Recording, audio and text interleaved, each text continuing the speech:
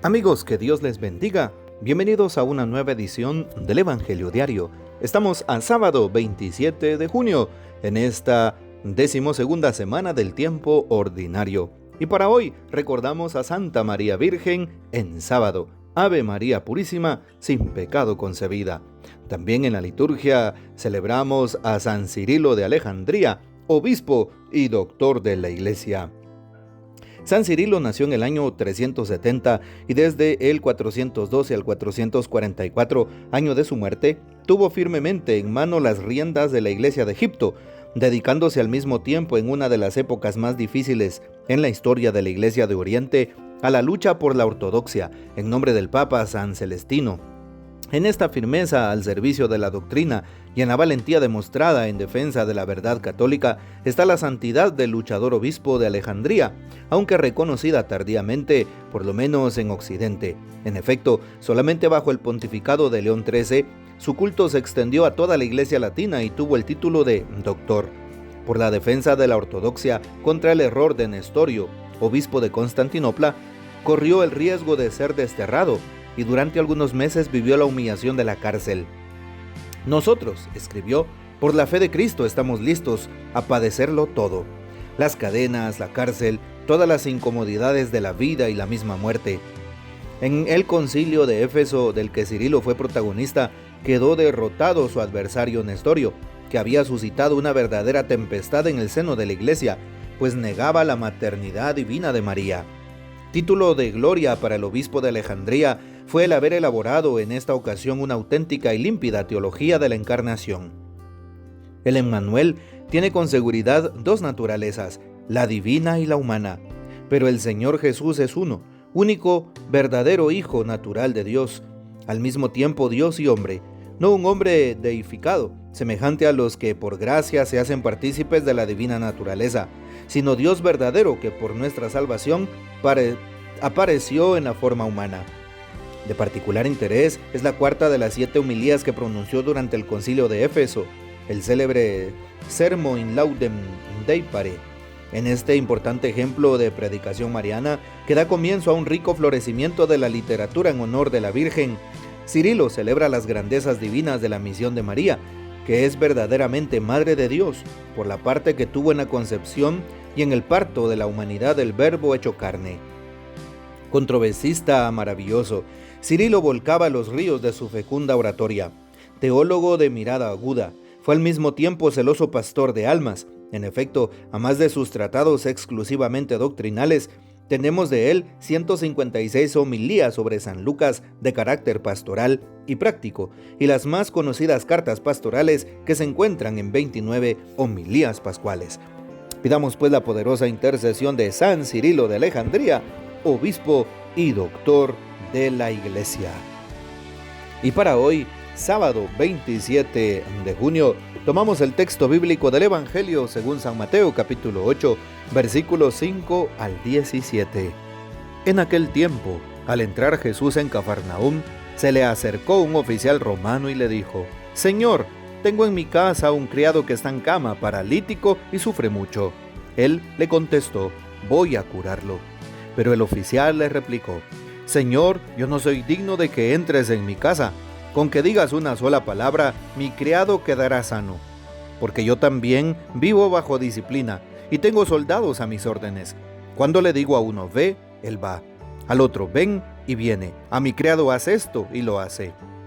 Al oír aquellas palabras, se admiró Jesús y dijo a los que lo seguían: Yo les aseguro que en ningún israelita he hallado una fe tan grande.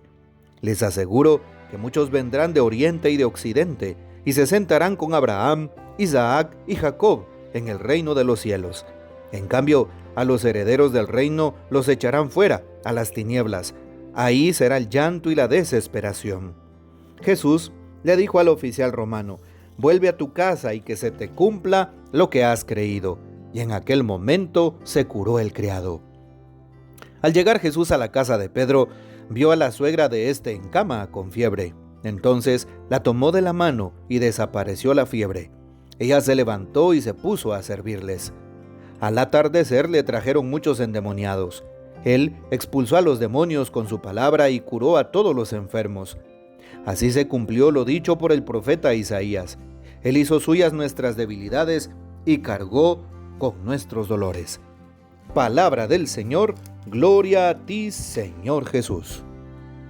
Este capítulo 8 del Evangelio de San Mateo se caracteriza por tener una serie de curaciones.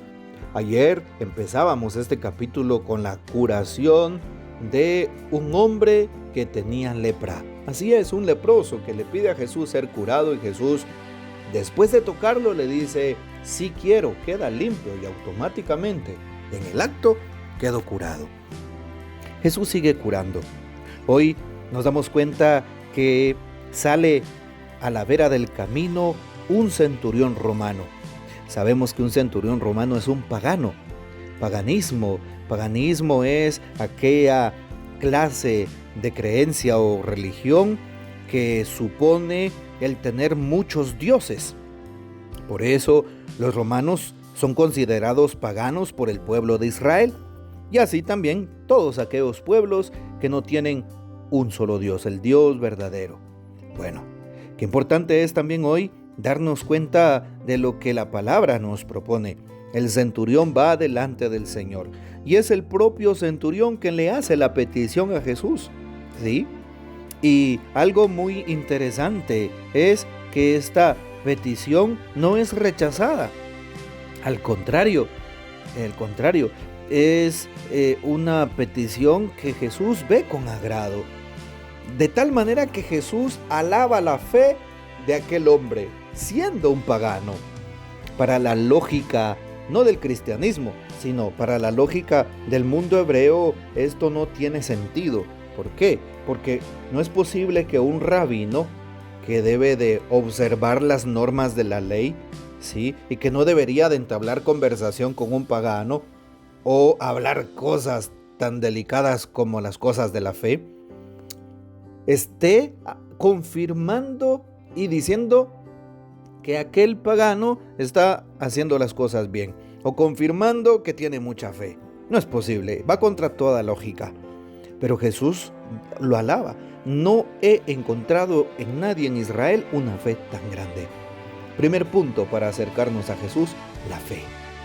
Esto nos quiere decir incluso en el Evangelio de San Mateo, que sus destinatarios son netamente judíos.